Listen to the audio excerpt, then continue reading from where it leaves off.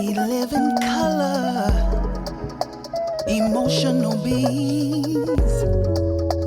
From moment to moment, it can change.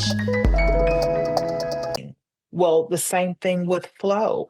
I enter some things into my routine maybe that day or the day Mhm. before I have to sing. What you choose to wear, your clothing, your jewelry, your makeup, your shoes, everything that you have, anything that can help you get into flow, which is it's that headspace where you're no longer here. You just lose all track of time. You're so caught up in the task um, that you are doing that you're not thinking about anything else. Sometimes we say locked in or zoned out. You're kind of locked into what you're doing. That is when you get the optimal result. Your optimal performance is right in that zone. And so I think all three of those things can help you get into uh, flow: glistophilia, biophilia, and astrophilia. Um, so what are your thoughts on that? What are your thoughts on glistophilia and flow? Well, I think with glistophilia actually impacts us not only psychologically, but physiologically as well, and Hmm. emotionally. So Hmm. it impacts us on so many different levels. But, Hmm. when we reach that, um, you can't really call it mindset because with flow, one of the terms that's affiliated with it is that idea of no mind. Hmm. A lot of times in martial Yes. arts, Yes. it's called no mind. So Yes. we can also associate it with almost that. Let's see, muscle. It's kind of like, well, assuming our voice is associated with that muscle memory. Definitely. So we're no longer worried about whether it's going to function or how it's going to function, but Hmm. we rely on all of the practice that we put in and all of the preparation. And Hmm. that's not just the rehearsal aspect of it, but it's that mental preparation that we do, say, Hmm. before a performance. I think all of Yes. us, to some degree, have certain steps that we take Yes. um, in preparations, kind of like recenter or Sure. ground ourselves. So I think Yes. glistophilia putting us in that really positive mindset, it Hmm. it allows us to move smoothly into that idea of flow, where Yes. that performance is second nature. We don't Yes. really have Most to think definitely. about it, and it also helps to mitigate the distractions. As Yes. much as we want a performance to be perfect, Hmm. there are so many moving parts to it, whether it's our Hmm. moving parts or whether Hmm. it's, something perhaps on stage. Yes. It could be Yes. part of our crew, our staff. Hmm. When you think about all the things that would have to be 100% on Hmm. track for it to go perfectly, Hmm. let's just assume Yes. Yes. that there may be a speed bump along the way somewhere. Most definitely, especially for large scale performances. So when I tell clients, don't ever focus on being perfect. Um, Focus on excellence. Mhm. Make sure that you are well prepared. The more prepared you are, the less you have to think. The less Mhm. you have to think, the more in flow you can become. Because Mhm. you don't have to think about the next note. It just kind of comes out of you. It's somewhat programmed into your DNA. You sang the song 729 times. You can sing this song in your sleep, right? You've sang the song different ways for soloists. You did it different ways. You know, you've experimented with different ways to sing it. That's one way that you learn a song in and out. Another way to prepare, and I'm just talking about, somewhat tips to help you to get into flow. Now, I'm going to be talking from a singer's perspective, but this is applicable to any domain, anything that Mhm. you do where you perform. Perform means to just perform a task, right? So, I would say prepare somewhat beyond your comfort level. And what I mean by that is you should be tired of a song when it's time to sing it. You should genuinely feel like, I'm so tired of singing this because you are so prepared. You've learned the song so well. Your body remembers what to do without thinking. You've Mhm. reached such a level of automaticity, or some people say automacity. I guess that's a thing of potato, potato, right? You've Right. reached that level where you don't have to think. When you get in your car, you don't have to, if you're a seasoned driver, there's no thinking. You just get in, you put your seatbelt on, you cut the car on, you don't have to think. Everything is Exactly. just, step by step by step by step by step without any thought. Well, Mhm. singing a song or executing a dance or executing a monologue, whatever you're doing, it should be such a level of automatic. You don't have to think, it just comes out of you. That's one way to enter flow. Um, Another thing is visualization is very powerful.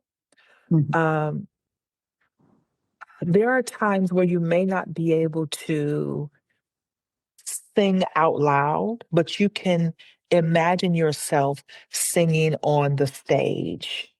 You can envision how you would like for it to go.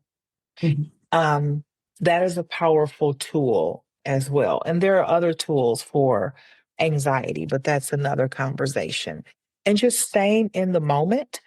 Mhm. Um, you know, when I was researching with professional soul singers, one of the most powerful tools to reach flow was just being present, being in the moment, mindfulness, not worrying about this song went great the last time I sang it, or this song didn't go so great, and not anticipating the next time that you have to Mhm. perform.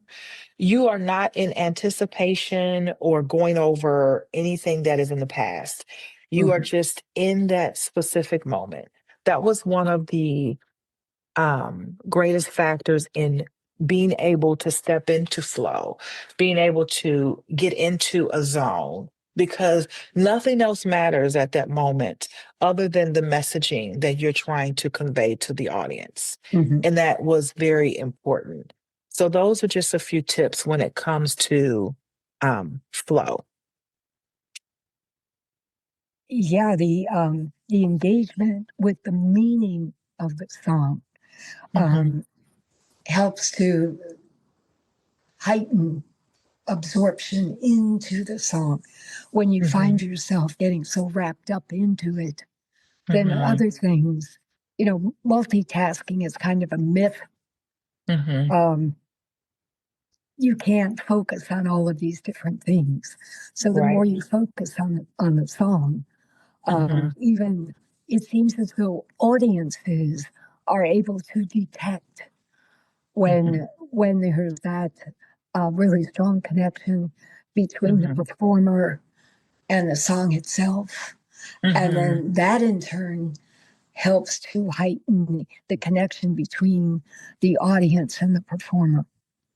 Definitely. It feels so much more intimate Hmm. when the performer is engaged and when the performer is in flow. And engagement is another thing. Um, you know, I- when I work with singers and individuals that deal with anxiety, with state anxiety. Mhm. I tell them to view the audience as a community. Don't view the audience as I'm the performer, you're the audience. View the audience as we are a community.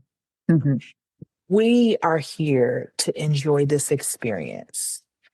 I may just be the facilitator currently while I'm on stage, but this is a we experience. See, that takes the pressure off of you, Mhm. right? One thing that I notice with gospel singers, they get into flow right away. It doesn't take them but a moment.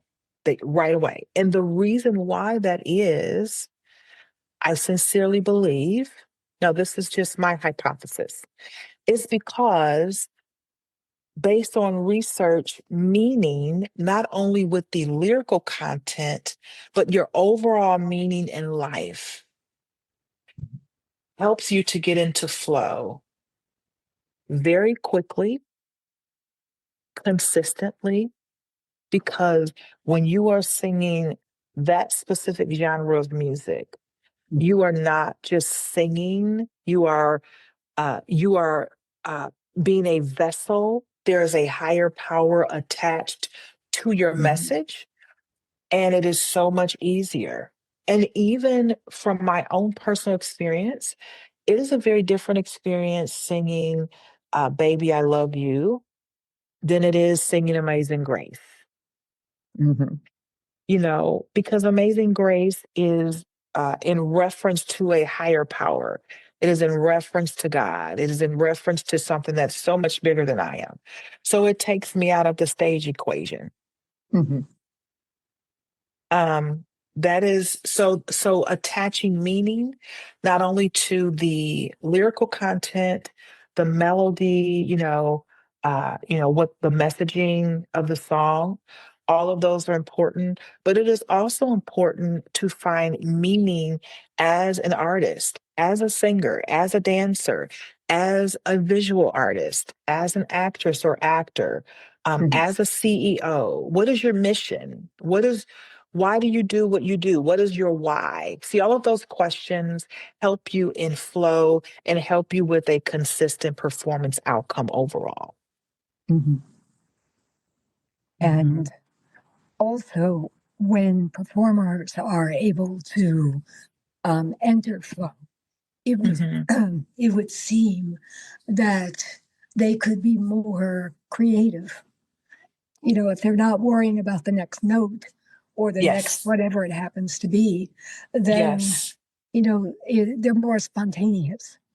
Most definitely. Most definitely. And that's what I call doing the work on the front end. You do the work on the front end in your practice time, in your lesson time, see, that's when you work out all of those kinks. When you're on stage, you should not be working out any kinks. All of those kinks, you're just here to present the material. All of the Mhm. kinks should be worked out. You don't want to get into a situation where you are working out kinks on stage. That means you Mhm. can't get into flow that way. You can't. Whether you're on stage or in a boardroom, you have to work out your presentation before you get there. Mhm. Otherwise, flow will not happen because you're thinking, because you're thinking. Yeah, thinking really gets in the way of performing. It does. It does. It does. We live in color, emotional beings. From moment to moment, it can change.